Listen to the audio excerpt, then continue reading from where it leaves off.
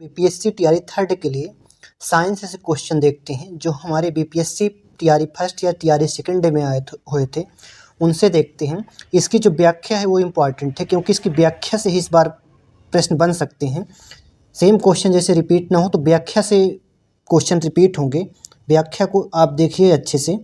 पहला क्वेश्चन है इसका, धारा घनत्व होता है तो धारा घनत्व ऑप्शन इसका बी राइट होगा, एक सदिश राशि है। चालक माध्यम के भीतर किसी पृष्ठ के लंबवत दिशा में इकाई क्षेत्रफल के द्वारा प्रवाहित होने वाली विद्युत धारा धारा घनत्व कहलाती है। यह एक सदिश राशि है जबकि धारा स्वयं एक अदिश राशि होती है। धारा घनत्व एक सदिश राशि है और धारा ये एक अदिश राशि है। धारा घनत्व को जे से प्रदर्शित करते हैं। इसका एसआई मात्रक एम्पियर प्रति मीटर स्क्वायर होता है। इसका एसआई मात्रक एम्पियर प्रति मीटर स्क्वायर होता है। अगला प्रश्न है, चुंबकीय क्षेत्र। चुंबकीय क्षेत्र क्या है? ये इसका ऑप्शन बी राइट होगा, सदिश राशि है।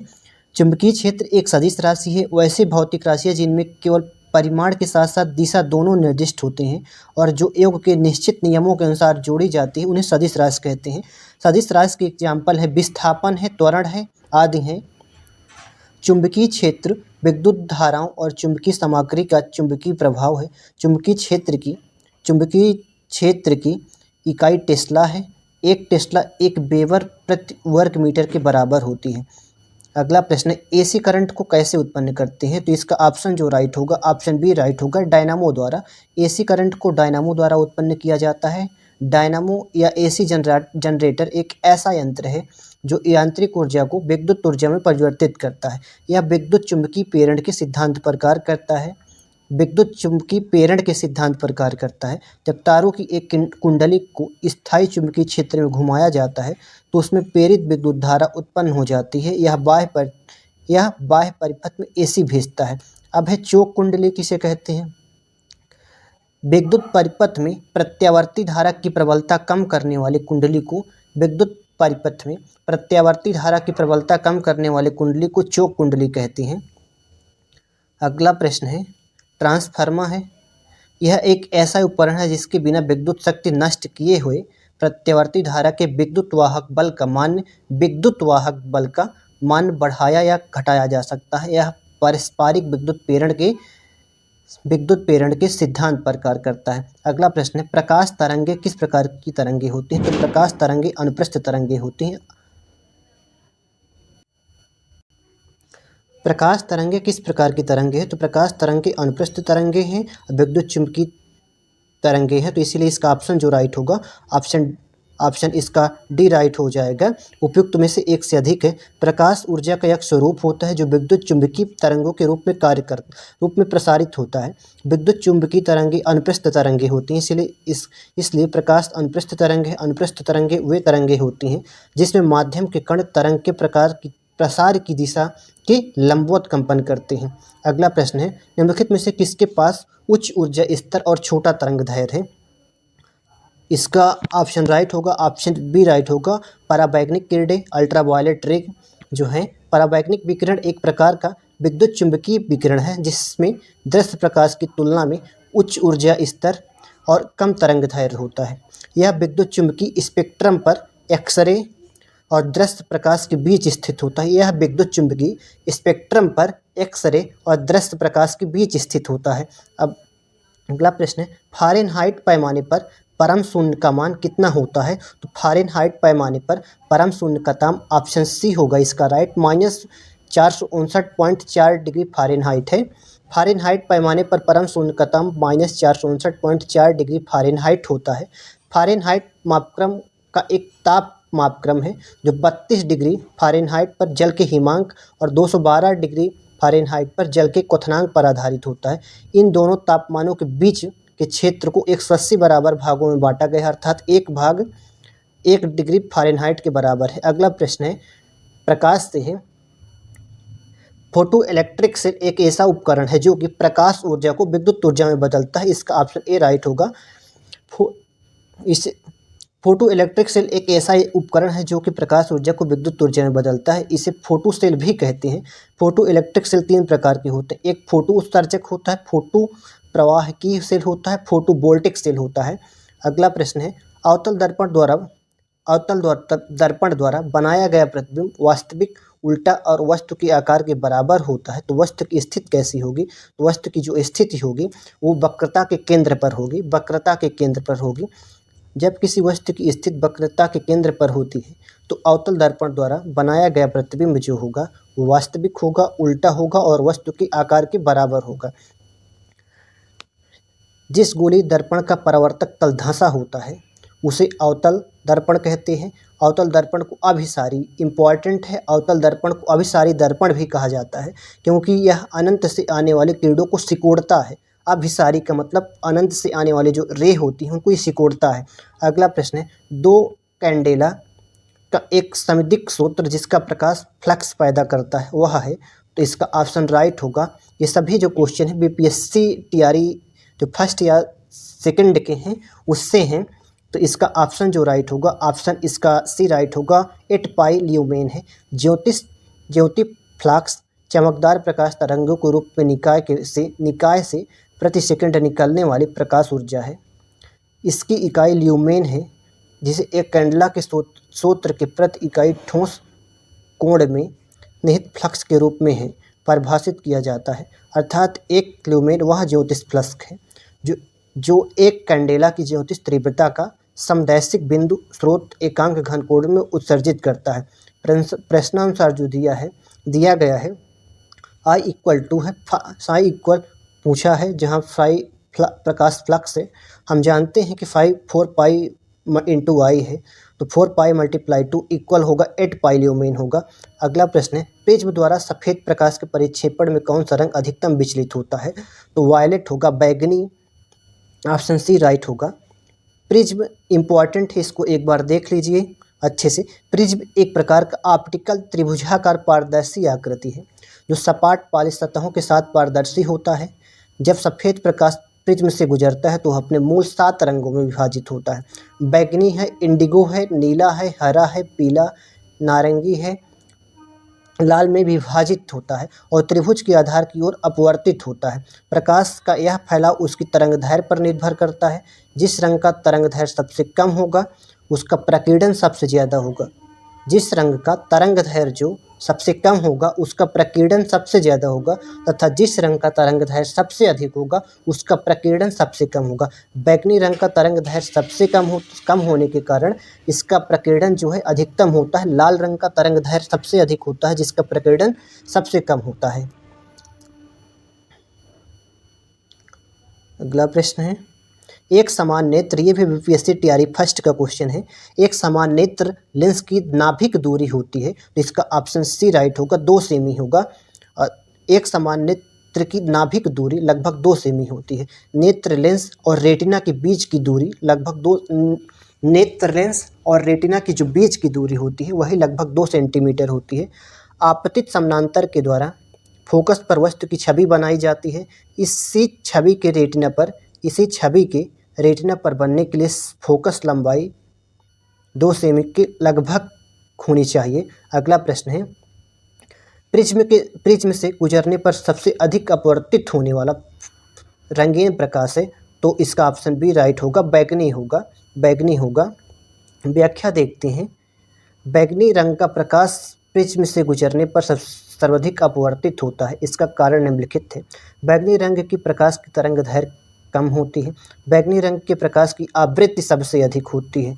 जिसकी तरंगदैर्घ्य कम होगी उसकी आवृत्ति सबसे अधिक होगी, जबकि इसकी गति प्रिज्म में न्यूनतम होती है। इसकी गति जो होती है प्रिज्म में न्यूनतम होती है।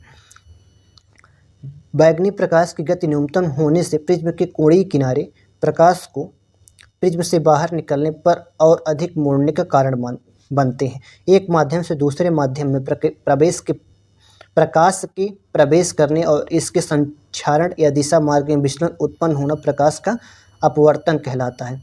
अगला प्रश्न है, ओम के नियम के सत्यापन के लिए ध्यान रखने वाली बात क्या है? तो इसका ऑप्शन राइट होगा, ऑप्शन बी राइट होगा। एमीटर को श्रेणी क्रम में जोड़ते हैं और वोल्ट मीटर को समांतर क्रम में जोड़ना चाहिए। ओम के नियम के सत्यापन के लिए ध्यान रखने वाली बात है, एमीटर को श्रेणी क्रम में और वोल्ट मीटर को समांतर क्रम में जोड़ा जाना चाहिए। इसकी व्याख्या देखते हैं। विद्युत धारा के प्रवाह से संबंधित ओम के नियम में इसके सत्यापन के लिए एमीटर को श्रेणी क्रम में, वोल्ट मीटर को समानांतर क्रम में जोड़ा जाना चाहिए।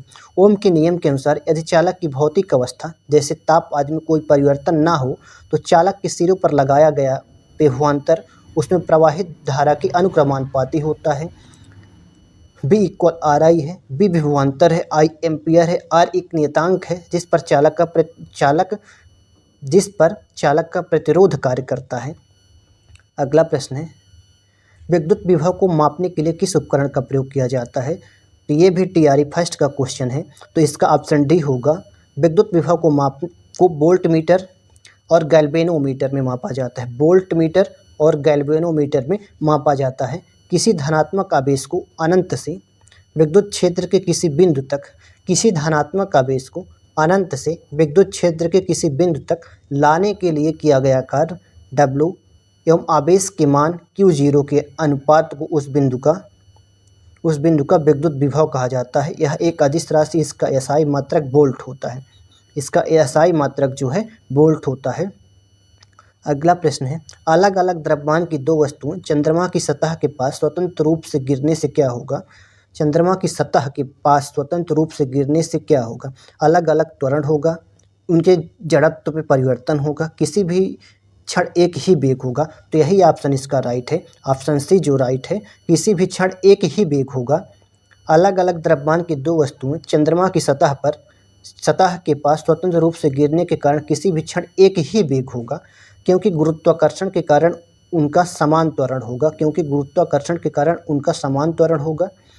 किसी पिंड या वस्तु में पदार्थ की जितनी मात्रा होती है उसे उस वस्तु का द्रव्यमान कहते हैं, जबकि उस वस्तु को पृथ्वी जिस बल से अपनी तरफ खींचती है उसे वस्तु का भार कहते हैं। द्रव्यमान सदैव फिक्स रहता है या नियत रहता है, जबकि भार गुरुत्वीय त्वरण पर निर्भर होने के कारण अपरिवर्तनीय होता है, बदलता रहता है। अगला प्रश्न है, किसी विखंडनीय द्रव्य का क्रांतिक द्रव्यमान होगा। तो इसका ऑप्शन बी राइट होगा। श्रृंखला अभिक्रिया हेतु आवश्यक न्यूनतम द्रव्यमान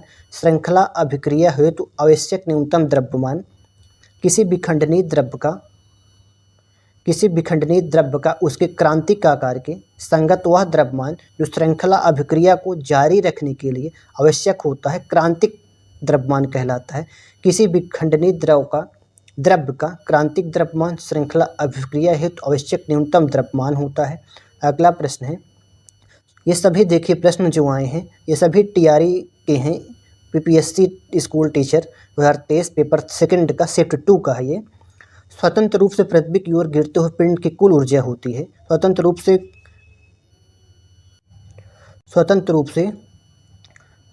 से पृथ्वी की ओर गिरते हुए पिंड की कुल ऊर्जा होगी, तो इसका ऑप्शन सी राइट होगा, स्थिर रहती है। ऊर्जा संरक्षण के नियमानुसार ऊर्जा तो ना तो उत्पन्न की जा सकती है और ना ही नष्ट की जा सकती है।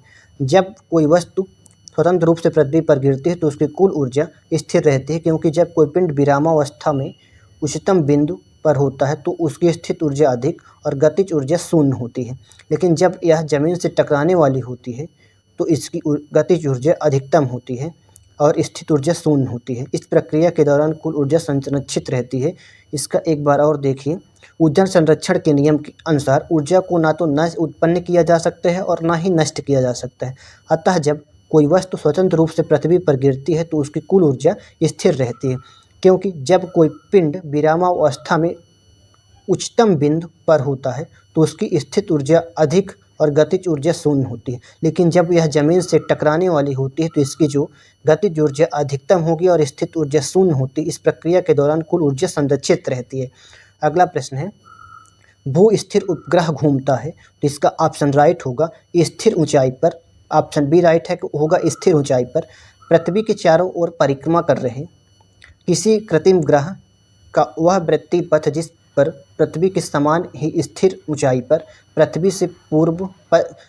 पर पश्चिम से पूर्व दिशा में घूर्णन करता है, तो ऐसे उपग्रह को भू-स्थैतिक उपग्रह कहते हैं। यह उपग्रह पृथ्वी तल से 36,000 किलोमीटर की ऊंचाई पर स्थित होते हैं। अगला प्रश्न है, विंडो या घरेलू क्लीनर या परफ्यूम एयर के रूप में इस्तेमाल की जाने वाली स्प्रे बोतल निम्नलिखित में से किस पर काम करती हैं?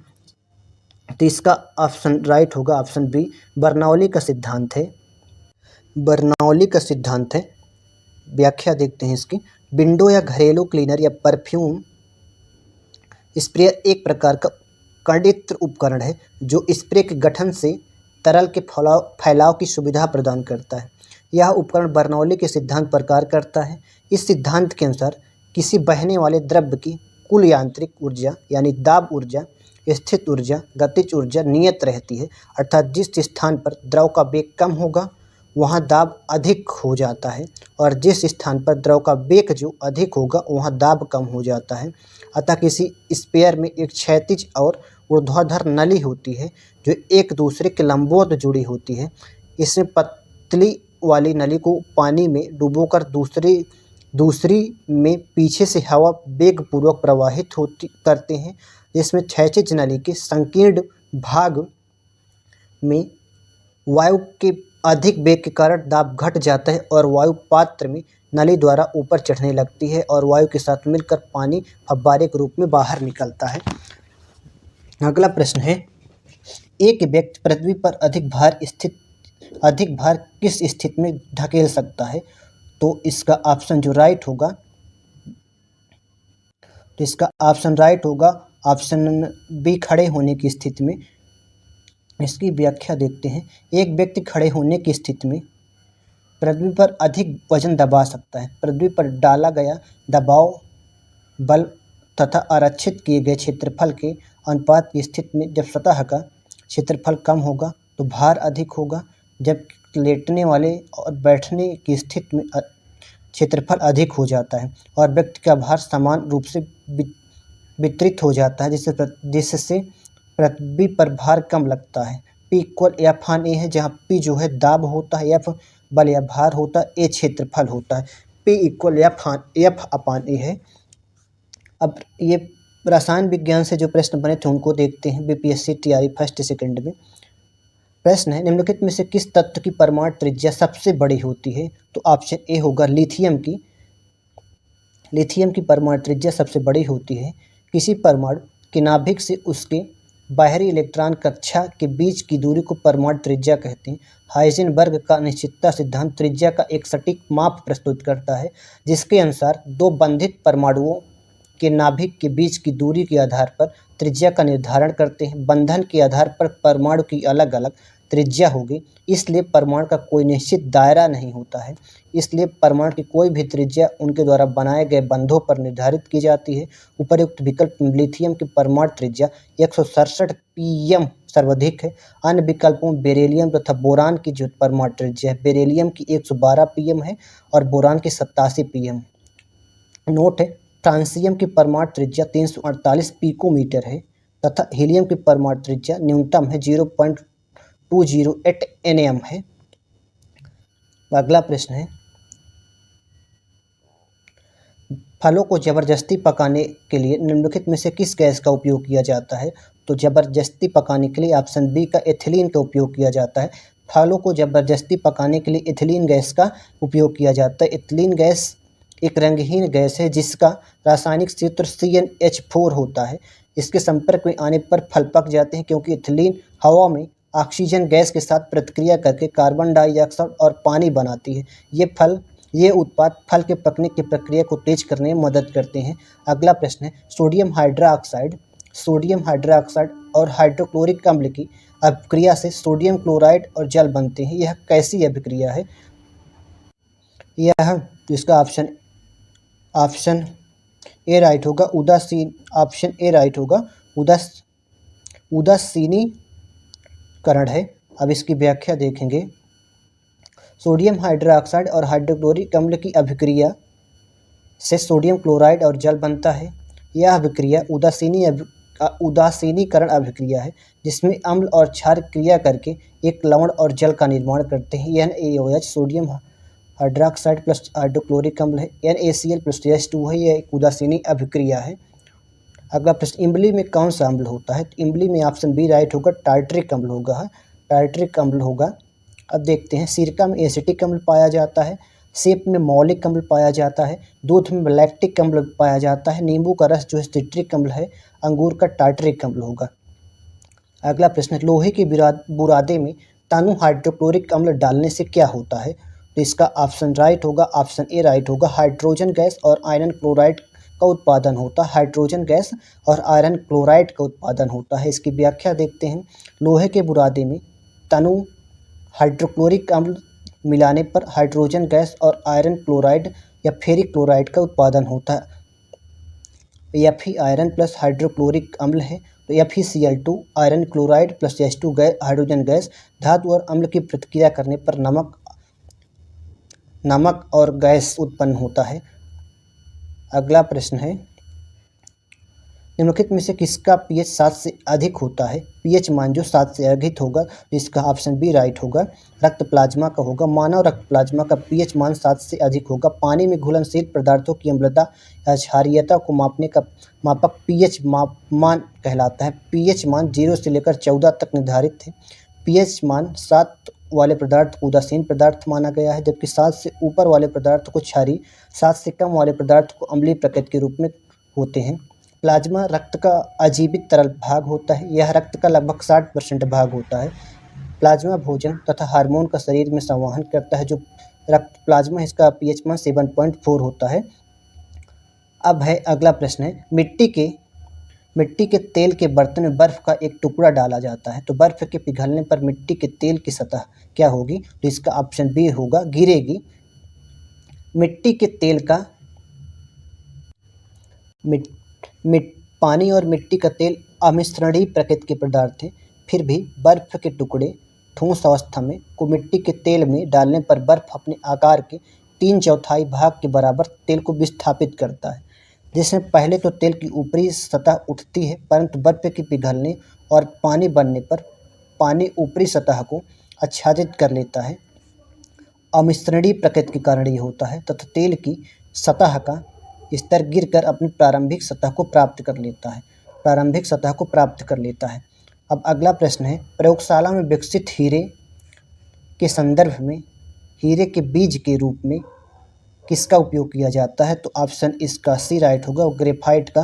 प्रयोगशाला में विकसित हीरे LGD के संदर्भ में हीरे के बीज के रूप में ग्रेफाइट का प्रयोग किया जाता है। हीरे को कृत्रिम रूप से उगाने की HPHT और CBD दो विधियां हैं। HPHT और CBD दो विधियां हैं। दोनों विधियों में एक बीज से दूसरे हीरे के एक टुकड़े से शुरू होती है। HPHT विधि में बीज शुद्ध ग्रेफाइट कार्बन के साथ लगभग 1500 डिग्री सेल्सियस तापमान और अधिकतम उच्च दबाव के संपर्क में आता है। CBD विधि में बीज को कार्बन युक्त गैस से भरे एक सीलबंद कक्ष के अंदर लगभग 800 डिग्री सेल्सियस तक गर्म किया जाता है, जिसमें गैस बीज से चिपक जाती है और धीरे धीरे हीरा बनता है। अगला प्रश्न है, क्षारीय लेड कार्बोनेट का व्यापारिक नाम क्या है? क्षारीय लेड कार्बोनेट का व्यापारिक नाम इसका ऑप्शन ए होगा, सफ़ेदा या व्हाइट लेड है। क्षारीय सफ़ेद सीसा या बेसिक लेड कार्बोनेट एक रासायनिक यौगिक है, जिसका रासायनिक सूत्र है PbOH2 × Pb2PbCO3 होता है। सफ़ेद सीसा एक सफ़ेद पाउडर है जो पानी में अघुलनशील है, लेकिन तनु एसिड में घुलनशील है। इसकी उच्च अपारदर्शिता और प्रकाश और मौसम के संपर्क को झेलने की क्षमता के कारण इसका उपयोग पेंट में सफ़ेद रंग द्रव्य के रूप में किया जाता है। जीवाणु रोधक गुण होने के कारण सौंदर्य प्रसाधनों में भी उपयोग किया जाता है। हालांकि यह अत्यधिक विषैला होता है और सांस लेने में जोखिम पैदा करता है। लेड टेट्रा ऑक्साइड को रेड लेड या लाल सिंदूर रक्त सिंदूर कहा जाता है। इसका रासायनिक सूत्र Pb3O4 होता है। लेड टेट्रा ऑक्साइड को रेड लेड या लाल सिंदूर या रक्त सिंदूर कहा जाता है। इसका रासायनिक सूत्र होगा Pb3O4 होता है। लेड ऑक्साइड को लिथार्च भी कहते हैं। यह एक उभयधर्मी ऑक्साइड है, जिसका रासायनिक सूत्र है PbO है लेड ऑक्साइड का। अगला प्रश्न देखते हैं, प्रबल और अम्ल और दुर्बल क्षारक से बने लवण का pH मान क्या होगा? तो इसका जो ऑप्शन होगा ऑप्शन बी होगा, 7 से कम होगा। प्रबल अम्ल और दुर्बल क्षारक से बने लवण का pH मान 7 से कम होगा, जबकि दुर्बल अम्ल और प्रबल क्षारक से बने लवण का पीएच मान 7 से अधिक होगा। उदासील विलयन का जो पीएच मान होगा वो 7 होता है। अगला प्रश्न है, निम्नलिखित में से कौन सा अम्ल क्षार का संकेतक है? तो इसका ऑप्शन राइट होगा, ऑप्शन बी राइट होगा, हल्दी है। जो पदार्थ जलीय विलयन में अपघटित होकर हाइड्रोजन आयन H+ देते हैं उन्हें अम्ल, तो जो पदार्थ जलीय विलयन में अपघटित होकर हाइड्रॉक्सिल आयन OH देते हैं वो क्षार कहलाते हैं। अम्ल स्वाद में खट्टे तथा क्षार स्वाद में कड़वे होते हैं। अम्ल का पीएच मान 7 से नीचे तथा क्षार का पीएच मान 7 से ऊपर होता है। इन्हें पहचानने के लिए अम्ल क्षारक सूचक का प्रयोग किया जाता है।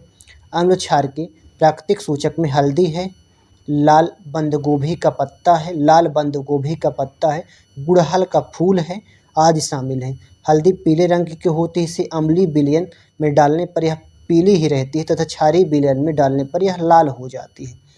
क्षारीय विलयन पर डालने पर यह लाल हो जाती है, अम्लीय विलयन पर डालने पर पीली ही रहती है। अगला प्रश्न है, शुष्क बुझे हुए चूने पर क्लोरीन गैस की क्रिया से कौन सा पदार्थ बनता है? ऑप्शन बी राइट होगा, विरंजक चूर्ण बनता है। विरंजक चूर्ण शुष्क बुझे हुए चूने CaOH2 से क्लोरीन गैस Cl2 की क्रिया कराने पर विरंजक चूर्ण या ब्लीचिंग पाउडर जो है CaOCl2 प्राप्त होता है। CaOCl2 + H2O। यह प्रक्रिया कमरे के ताप पर होती है, जिससे कैल्शियम क्लोराइड और कैल्शियम हाइपोक्लोराइड का मिश्रण बनता है। अगला प्रश्न है, सूची योग को सूची सेकंड में सुमेलित करना है। मैजेंडा जो है ये रंग है और इसके संयोजन से कौन सा रंग बनता है उसको देखते हैं। मैजेंडा जो है वो लाल प्लस नीला से बनेगा। टील जो है नीला, हरा और सफ़ेद से बनेगा। मोव जो है ये है नीला, लाल और सफ़ेद से बनेगा। सियान जो है हरा और नीला से बनेगा, तो इसका ऑप्शन ए राइट होगा। अब इसकी व्याख्या देखते हैं। मैजेंडा लाल और नीला, टील जो है नीला, हरा और सफ़ेद, मोव जो है नीला, लाल और सफ़ेद, सियान हरा और नीला से बनेगा। निम्नलिखित में से कौन सी प्रतिक्रिया की दर को धीमा करता है? निम्नलिखित में से कौन सा प्रतिक्रिया की दर को धीमा करता है? तो इसका ऑप्शन डी राइट होगा, उपयुक्त में से कोई नहीं है। मंद प्रतिक्रियाएं वे हैं जिनमें वेग साधारण ताप पर नापे जा सकते हैं तथा इन प्रतिक्रियाओं की क्रियाविधि का अध्ययन आसानी से किया जा सकता है। प्रतिक्रियाओं की दर को विष या अवरोधक धीमा करता है। एक उत्प्रेरक की उपस्थिति में प्रतिक्रिया का वेग अधिक हो जाता है। उत्प्रेरक की उपस्थिति में प्रतिक्रिया की सक्रिय ऊर्जा की क्रियाविधि बदलती रहती है। धन उत्प्रेरक सक्रिय ऊर्जा को घटा देता है, जिससे प्रक्रिया तेजी से होने लगती है।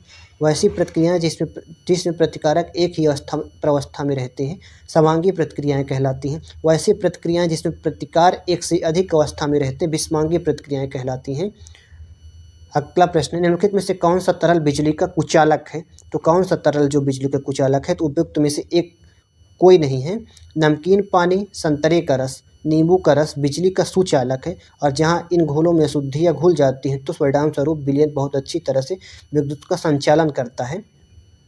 अगला प्रश्न है, विलयन या विलायक के प्रति इकाई आयतन या प्रति इकाई द्रव्यमान में उपस्थित विलेय की मात्रा को रसायन के रूप में जाना जाता है।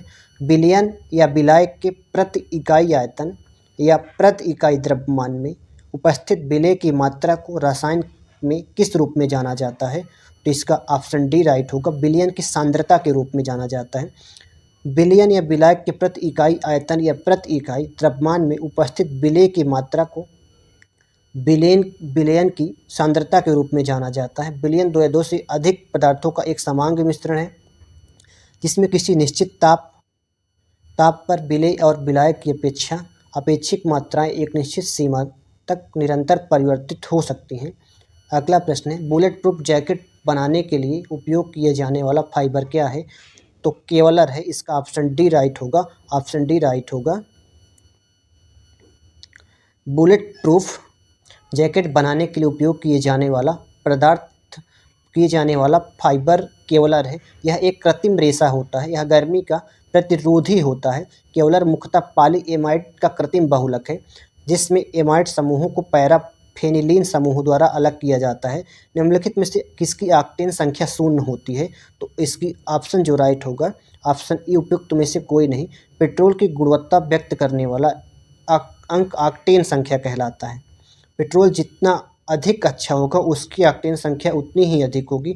आइसो ऑक्टेन में ऑक्टेन की संख्या 100 तथा एन हेप्टेन में ऑक्टेन की संख्या शून्य होती है।